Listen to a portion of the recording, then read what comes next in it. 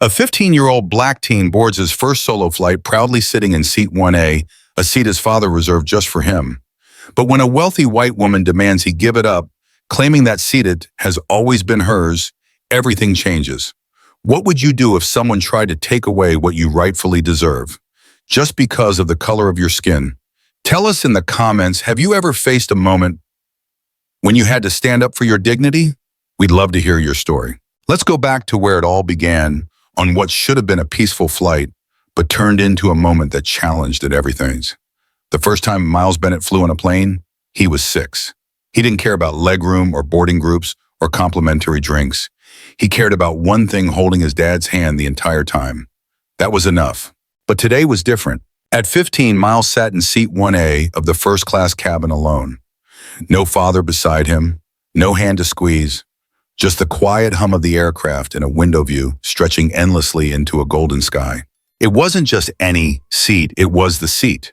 The one right by the window, the one his father had chosen, reserved, paid for, not because it was luxurious, but because it meant something.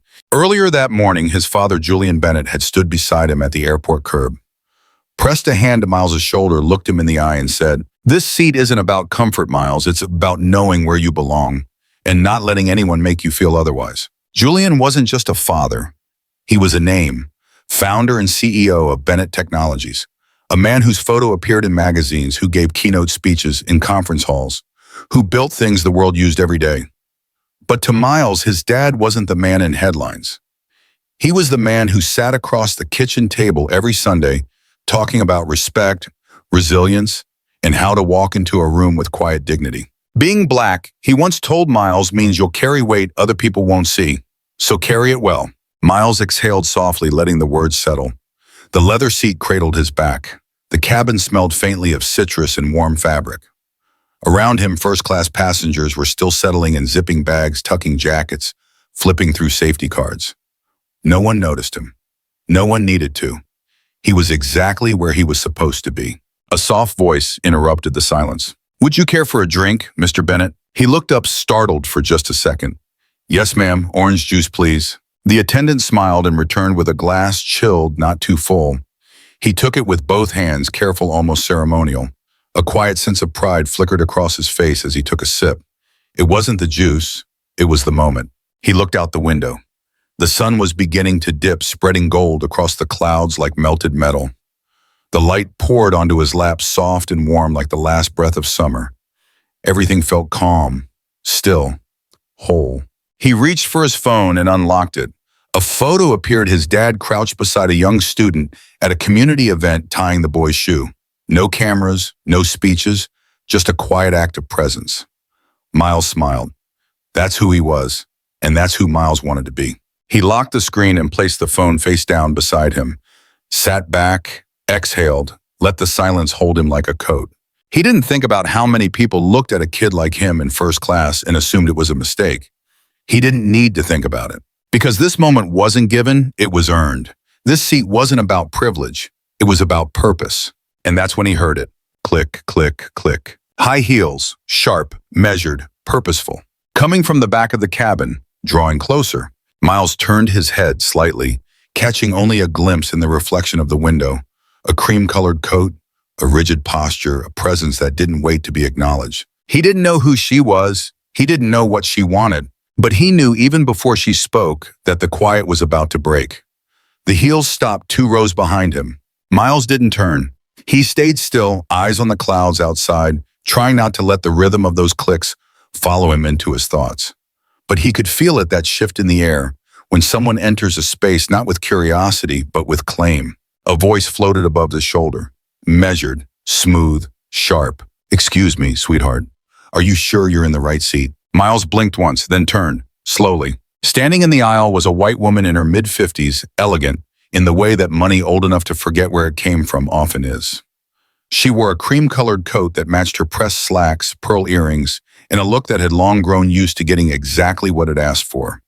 Her hair was tightly styled, her posture even tighter. She didn't smile. Miles sat upright. "Yes, ma'am, this is seat 1A. The woman didn't respond right away. Instead, she gave a tight-lipped smile, the kind that curled upward without ever touching the eyes. then turned to the flight attendant just a few feet away. "There's been a mistake," she said. "This seat is always mine." The attendant, a young man named Greg with calm eyes, walked over and tapped the screen on his tablet. He checked once, then again. "I'm sorry, Mrs. Chase," he said, "but according to our records, seat 1A was reserved in the name of Mr. Miles Bennett." The woman Veronica Chase, as her platinum membership tag confirmed, didn't look at the screen. She kept her gaze on Miles, the corner of her mouth twitching, as if the name alone had confirmed what she already believed. "Well, he must be confused," she said, her voice sugar slick. "Perhaps a gate mix-up. First class can be overwhelming for some." She didn't say boys like him. She didn't have to. The implication hung in the air like perfume sweet at first, then suffocating. Greg shifted awkwardly, glancing between the two of them.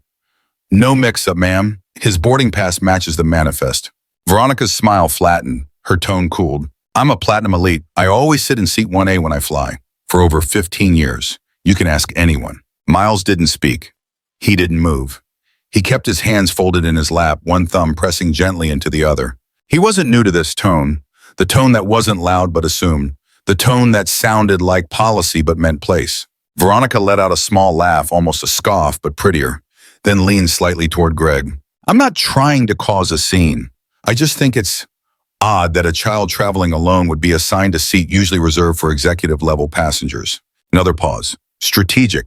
Calculated. Greg took a breath. "Again, ma'am, his ticket and reservation are confirmed." Veronica finally turned to Miles directly, her voice still sweet, her expression not. "Sweetheart, it's not your fault. I'm sure someone else made this mistake, but wouldn't you be more comfortable somewhere else, maybe near the front of economy?" Miles looked up at her, calm, respectful. His voice didn't shake. "Thank you, ma'am, but I'm fine right here." And there it was. A refusal. Polite, clear, immovable. Veronica blinked, taken aback not by the words but by the way they were said. She was used to resistance. She was not used to dignity. The tension shifted, small but palpable. A passenger in row 2 peeked over a magazine. Someone coughed. Greg cleared his throat and stepped back. For a moment no one moved, not Veronica, not Miles. He didn't raise his voice. He didn't look away. He simply remained where he was, where he belonged. And for the first time, Veronica Chase felt something unfamiliar in the air. She might not win. Veronica stood there, her lips drawn tight, her fingers grazing the edge of the headrest in front of her. One perfectly manicured nail, tapping. Greg gave a small, professional smile and turned to step away, but her voice caught him mid-turn. "Call the supervisor," she said evenly. "Now." Greg hesitated for half a beat, then gave a quiet nod and disappeared toward the front of the cabin. Miles remained still. He wasn't angry, not yet, just aware. Aware that the quiet comfort of his seat had shifted into a spotlight, that his presence in 1A was now a problem that needed to be handled. The other passengers weren't staring, not openly, but the silence said enough. A turned page slowed down. A drink paused midair. He could feel the hover of attention. He took another sip of orange juice. The glass trembled slightly against his lip, just enough for him to notice. The click of new heels replaced the old ones. Firmer, quicker, more official. A woman in her early 40s approached with a clipboard in one hand and a tablet in the other. She wore the navy blue blazer of a flight supervisor, her blonde hair pulled tightly into a bun. "Good afternoon, I'm Renee Thompson, the in-flight supervisor. I understand there's a concern regarding seat 1A. Veronica's tone shifted instantly, no longer irritated but practiced. Smooth, controlled. "Yes, I've flown with your airline for over 15 years as a Platinum Elite member. I always sit in seat 1A. Always. And today I'm being told rather coldly that it's been given away to a child." She didn't look at Miles as she said the word. She didn't need to. Renee turned to Greg, who stood nearby like a student being questioned. He nodded. "Yes, ma'am, the ticket is valid. Mr. Bennett was checked in by gate staff. Everything's confirmed." Renee glanced at her tablet, then at Miles. "Mr. Bennett, I understand this might be your assigned seat, but we do sometimes make minor adjustments when seating conflicts arise, especially to avoid delaying departure." Her tone wasn't harsh, but it carried weight, administrative weight. Miles nodded politely. "Yes, ma'am, but this is the seat my father reserved for me." Renee gave a soft smile, the kind that looked kind, but felt like a quiet nudge. "I completely understand, and you've done nothing wrong, of course. But Mrs. Chase is a long-standing member, and she's requesting her usual seat. Perhaps we can move you just a few rows back still, in first class. You'd have a quiet window spot all to yourself. The words sounded reasonable. They always do. But Miles heard what wasn't being said. Make it easier for us. Don't be difficult. Don't hold us up. He looked at the juice in his hand. The condensation had begun to pool at the bottom of the glass. His thumb was pressing too tightly against the rim now. A quiet grip of conflict. He didn't look up right away, because if he did, they might see the flicker of doubt. The question rising in his own mind, is this really worth it? Renee's voice softened further. It's just a small favor, really. We can even add Miles to your account as a thank you. I'm sure your father would understand. The mention of his father did something. Miles inhaled slowly, his jaw flexed once. Then he looked up, calm, measured. I'm sorry, Miss Thompson. I'd like to stay in the seat that was assigned to me. It wasn't loud. It didn't need to be. Renee blinked, surprised at his tone, not rude, just firm. Veronica stepped forward, slightly, eyes narrowing. Is he seriously refusing? Are we really going to delay the entire flight over a child's tantrum? The word tantrum landed like a slap dressed as concern. Greg cleared his throat. The flight's still boarding, ma'am. But the atmosphere had shifted again. What started as a misunderstanding was now a disruption. And Miles, was now the cause. He brought the glass back to his lips but didn't drink. His grip tightened slightly enough that a small crack appeared at the base of the stem. No one else seemed to notice. But Miles felt it, and somewhere deep in his chest, a voice, his father's voice, was already whispering. Hold your seat. The supervisor moved on. Veronica didn't. She remained standing in the aisle, arms folded across her chest, lips pursed tight like a principal waiting for a student to break. But Miles didn't look at her, not anymore.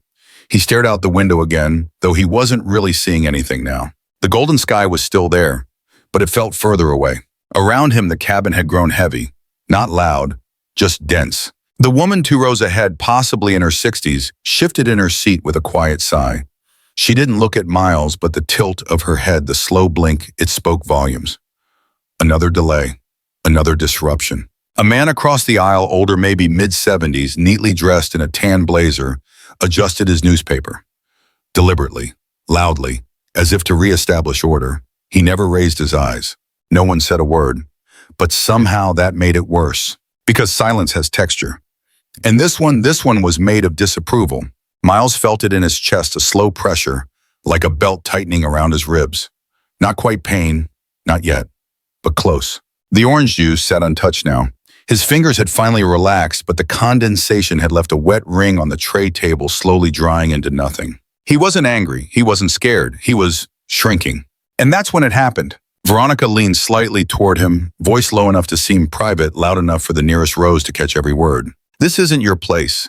This isn't your world. Just 6 words, but they didn't land like a whisper. They landed like a stone to the chest. Miles blinked. His breath caught, just for a moment. He turned slowly toward her. I'm sorry, he said, voice thin but steady. Veronica didn't blink. You're clearly not used to this kind of setting. That's fine. But maybe next time your family should choose something more appropriate. There it was, fully unwrapped. Not a misunderstanding, not discomfort, contempt. She wasn't trying to take a seat anymore. She was trying to put him back in his place. The nearby passengers still didn't say anything. No one gasped. No one challenged her. But a few eyes previously buried in magazines and phones were now peeking up sideways over the top of glasses. Curious but distant, observing, not engaging. Not one came to his defense. Miles felt heat crawl up at the back of his neck. He sat straighter, then slumped slightly. His hand moved to his armrest, gripping it briefly, then let go. He thought about standing, just getting up, ending it. Give her what she wanted. Make it easy for everyone else. Make the silence stop. For a moment, he even shifted in his seat. His left foot slid slightly toward the aisle. It would be quick, clean, forgettable. But then he remembered. A hallway at school. Freshman year. A teacher mispronouncing his name 5 times in front of the class. He'd said nothing. At the time, it felt harmless. But later that night, his father had asked how the first day went. Miles had shrugged. Fine. Julian paused, then said simply, you don't have to shout to be heard. But don't let silence erase you either. The words returned now, not loud, not heroic. Just there. A thread pulling him back to himself. Miles sat back in his seat, both feet grounded, shoulders square. He didn't say a word, but he didn't move either. Veronica noticed. Her lips tightened again. The moment hadn't gone the way she expected, and yet she wasn't done. The plane wasn't in the air yet, and neither was this fight. The weight of the silence still pressed against Miles' chest. He hadn't moved. Not since Veronica's words. Not since the stairs began piling up like invisible hands pushing him back into the shadows. The plane was nearly full now. Carry-ons clicked, shut overhead.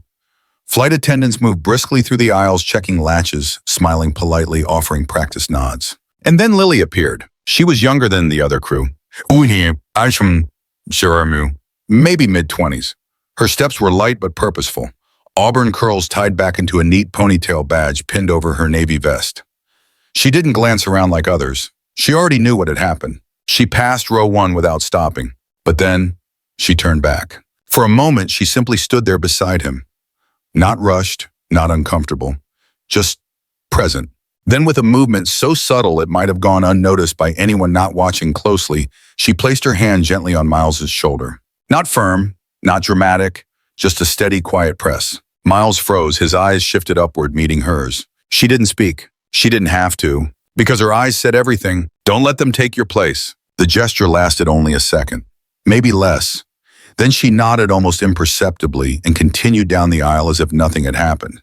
But something had. Something cracked not in Miles but around him. The fog of isolation lifted just slightly, enough for him to breathe again. He let out a breath he hadn't realized he was holding, then leaned back into the seat, letting the leather catch his shoulders. And that's when the memory surfaced. He was 9, sitting on the front steps of their old brownstone after a school assembly where he hadn't been picked for the student council despite having the highest marks. The teacher told him the others were just more familiar to the student body. Julian sat beside him, both of them watching traffic go by. The quiet had stretched long until Miles finally asked, "Do you think I didn't smile enough?" Julian had chuckled softly, then replied, "One day someone will try to shrink you, son. Make you feel small, confused, unsure. When that happens, just remember it only means you already stand tall." Those words returned now with unexpected clarity, like a note replaying on an old record. Steady, simple, true. He closed his eyes for a moment, let them settle. Then without hesitation, he reached for his phone. It wasn't panic that moved him. It wasn't fear. It was something quieter, a need for alignment, for anchor. He unlocked the screen and scrolled to the favorite mark, Dad. One tap. The phone rang once, twice. Then Julian's voice came through deep calm, as if he'd been waiting. "Miles, talk to me." Hearing it just that made something in Miles' chest unclench. He didn't launch into the story, didn't cry, didn't plead. He just exhaled and said, "It's happening." There was a pause on the other end. Not confusion, not surprise, just understanding. "Okay," Julian replied. "Where are you?" "First class, seat 1A. Someone's trying to take it. Supervisor's pushing. No one's saying anything." Another pause. Then Julian asked softly, "Are you okay?" Miles looked out the window. The sunset was almost gone now. Just streaks of soft blue and fading orange. "Yeah," he said quietly. I needed to hear your voice. That's all." Julian didn't ask what he meant. He didn't need to. "You hold your ground," his father said, steady as ever. "I've got the rest." Miles nodded even though his dad couldn't see it. "Okay." The call ended. Miles lowered the phone slowly and placed it gently on the tray table. He didn't lean forward this time. He didn't shrink. He sat tall, shoulders squared, eyes calm. Whatever was coming next, he wasn't facing it alone anymore. And Veronica, still watching from 2 rows back, noticed something unsettling. He looked ready. At the top floor of the Bennett Technologies headquarters, floor-to-ceiling windows framed a breathtaking view of the city. But Julian Bennett wasn't looking at the skyline. He was locked into a boardroom of executives, analysts, and attorneys, his eyes moving across quarterly projections and billion-dollar merger terms. His voice when he spoke was clear, deliberate. People listened not because he shouted, but because he never needed to.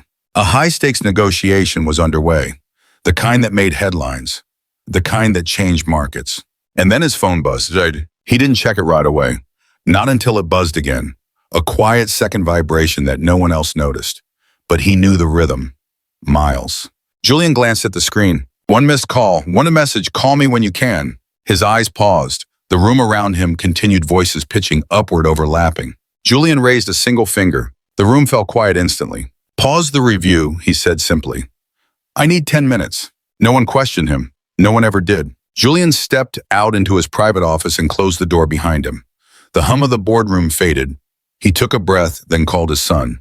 And when he heard Miles say it's happening, he understood more than just the words. He heard the weight behind them, the restraint, the tension held in check. Julian listened carefully, never interrupting. When Miles finished, he didn't rush to fix anything. He didn't explode with outrage. He asked one thing, "Are you okay?" And when he heard, "Yeah, I just needed to hear your voice," Julian closed his eyes briefly, letting the moment settle in. Then he said, "This isn't about a seat. It's about who you are in a world that will test you." He paused. "And you passed the first test. Now let me handle the rest." Miles said nothing, but Julian could hear the exhale. A shift, a quiet steadiness returning. They hung up without fanfare. Julian turned and walked to his desk and picked up a different phone. A direct line, the Kennel used only when a situation needed to be handled off the record with no delay. He dialed. No assistant, no secretary, straight through. 2 rings. Then a voice answered, measured, professional, but slightly tense. "This is Alan Price." Julian didn't waste a second. "My son is currently aboard flight 627 en route to Washington. Seat 1A. He's being harassed by a platinum passenger, and your crew is pressuring him to move." Silence. "You know who I am, Alan. You also know I don't call unless it matters." Alan cleared his throat. "Yes, Mr. Bennett, of course. I wasn't aware of any issue on board, but I'll get the full report immediately." Julian's tone remained calm, but the words were cut glass precise. "This needs to be handled. Quietly. Decisively. I don't want a public apology. I don't want press coverage. I want accountability, and I want my son left alone." Alan replied quickly, voice slightly breathless. "Understood. I'll reach the onboard supervisor and dispatch a senior rep to meet the plane. I give you my word we'll make this right." Julian nodded, though Alan couldn't see it. "Good. I'll be watching." He ended the call. No threats, no theatrics. Then he returned to the boardroom, picked up the laser pointer, and calmly resumed the negotiation like nothing had happened. Meanwhile, back on the plane, Miles sat in seat 1A. He didn't know the details of what had just unfolded in a quiet glass office far above the city. He didn't know who had been called or what words had been spoken, but he felt it. In the air, in the shift of energy around him.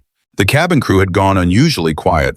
Veronica Chase, still standing by the galley, seemed suddenly unsure of herself.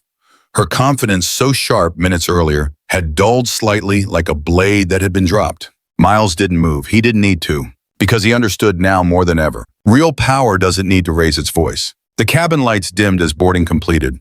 Passengers fastened seatbelts with clicks and sighs. Most thought the incident in row 1A had reached its awkward conclusion, a boy standing his ground, a woman fuming in silence. But someone in seat 3C had other ideas. 23-year-old Erin Kim, digital marketing assistant and social media enthusiast, had been quietly filming the exchange ever since Veronica Chase raised her voice. She hadn't planned to until she heard the words, "This isn't your world." That line had sliced through the hum of the cabin like ice. Erin hadn't been able to ignore it. So she recorded. And now, while the final bags were being stowed and the plane idled on the tarmac, she tapped her screen and hit upload.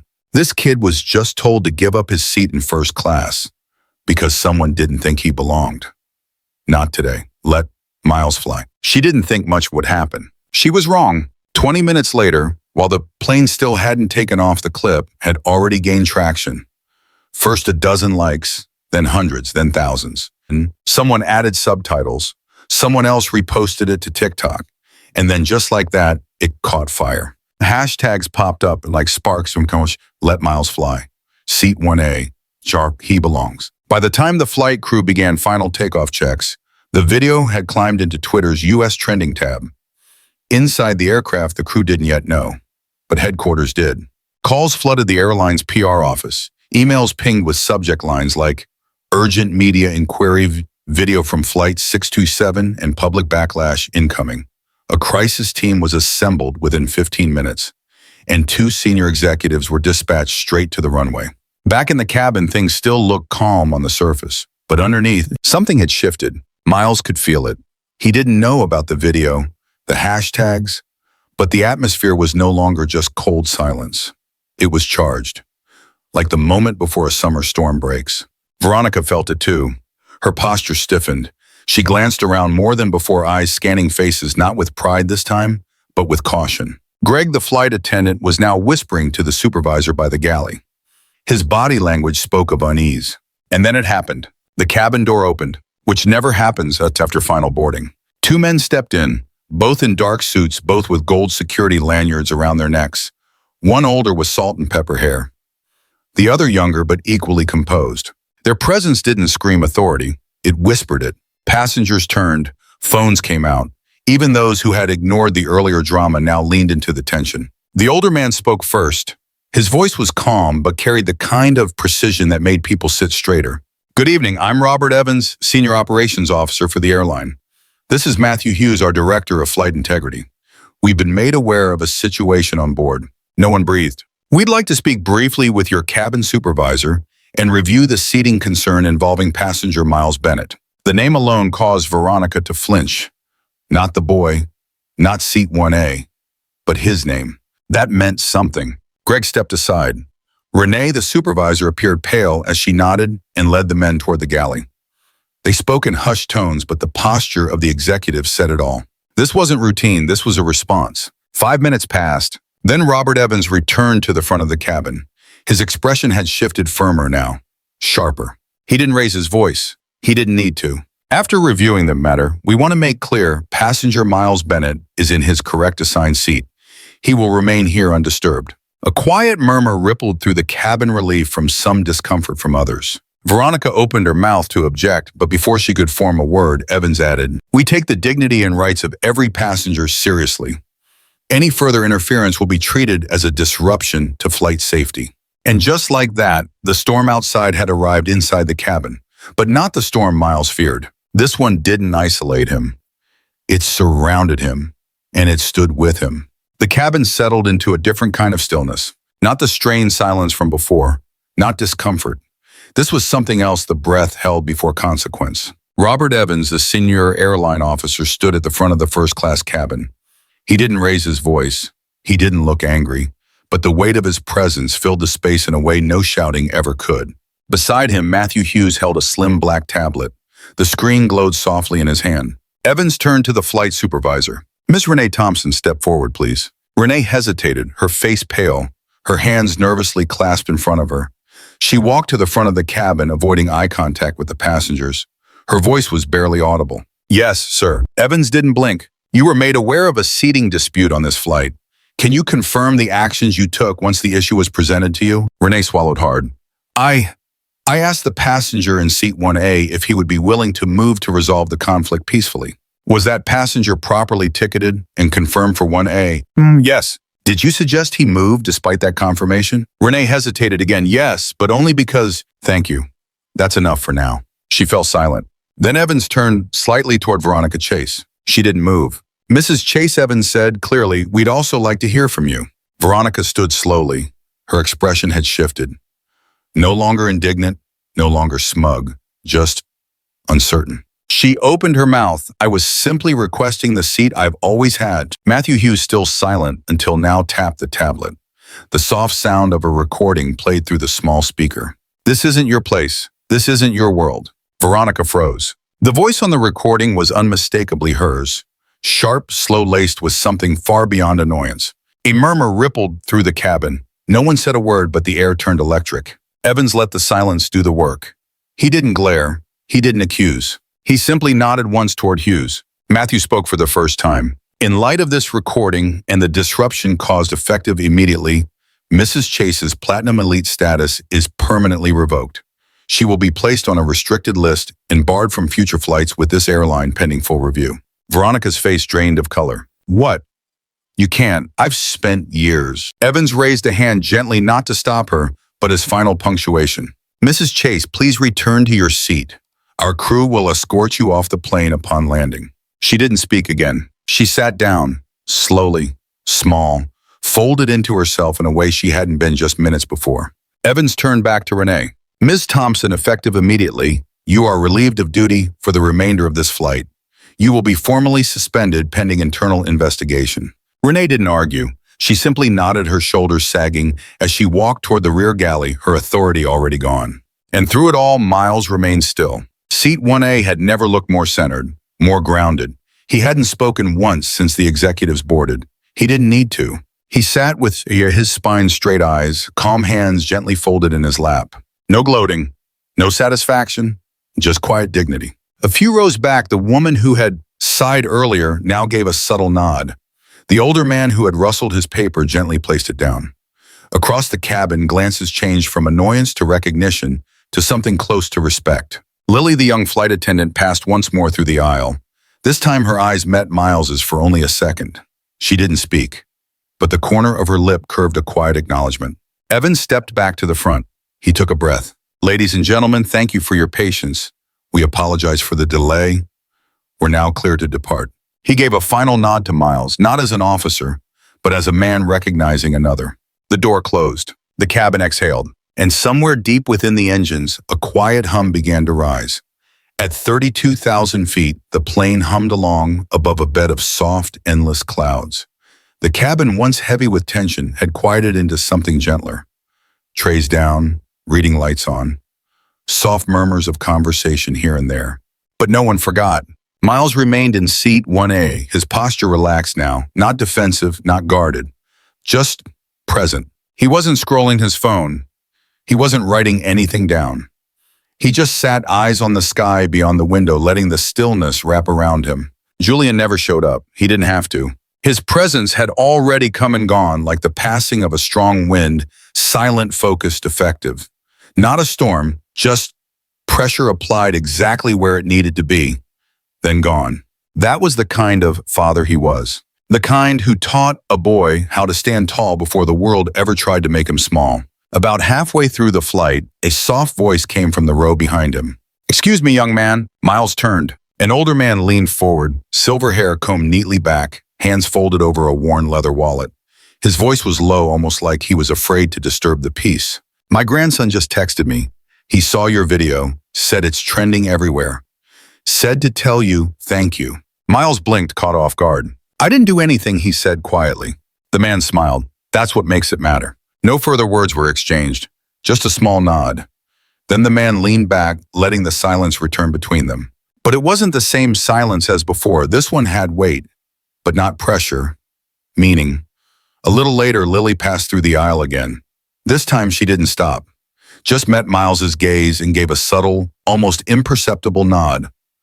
A quiet promise that whatever happened here wouldn't be forgotten, not by her. A mother across the aisle reached down to adjust her toddler's blanket, then glanced at Miles for just a moment. Their eyes met. She didn't say anything, but her expression softened. A ripple. That's what it was. Not a revolution, not a headline, just a ripple stretching from one moment of dignity. Outside, the clouds slowly parted as the plane began its descent. The sunlight now filtered through in strips like golden rivers across the wings. And still Miles said nothing. No speech, no vindication, just peace. That was his victory. Because sometimes justice isn't about applause. It's about presence. About not letting the world move you from your seat, not when you know you've earned it.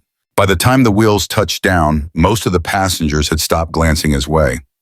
The moment had passed, but the imprint remained. No one would say it aloud, but they would remember. Not the name, not the headline. The boy in seat 1A, the one who didn't move. A few days later, the noise had passed. The trending hashtags faded. News cycles moved on. Screens returned to other stories. But in one quiet home office, tucked behind a bookshelf filled with old civil rights biographies and tech design journals, Miles was still thinking about seat 1A. He stood in front of his corkboard, a silver thumbtack in hand. In his other hand, a boarding pass, faded slightly now, a little creased. Seat 1A. He pinned it carefully to the board's center, deliberate. Not because it was a trophy, but because it was a marker, a reminder. Just beside it, already framed in the top corner, was a photo he'd looked at since he was old enough to read names. His grandfather, Ezekiel Bennett. Navy uniform, tidy mustache, eyes calm but sharp. A man who once told him with more sadness than anger that there were places he'd been asked to fight for, but not allowed to sit in. "One time I wore that uniform and still couldn't get a cup of coffee," he'd said. Miles stared at that photo now, not with sorrow, with clarity. His seat on the plane wasn't a prize. It was a continuation of every name that never made a headline, of every voice that never shouted back but refused to bend, of every hand that had to stay still when injustice whispered, "You don't belong." He sat down at his desk, looked at the board, looked at the name on the boarding pass, and slowly he whispered, not to anyone in the room, but to the memory that lived in every corner of it. This seat wasn't just mine. It was for every silent voice that came before me. Outside his window, the afternoon sun cast long golden lines across the wall. The hum of distant traffic rose and fell like breathing. He didn't feel like a hero. He didn't feel changed. But something inside him had settled, like a stone placed where it belonged, like a puzzle piece clicked into history.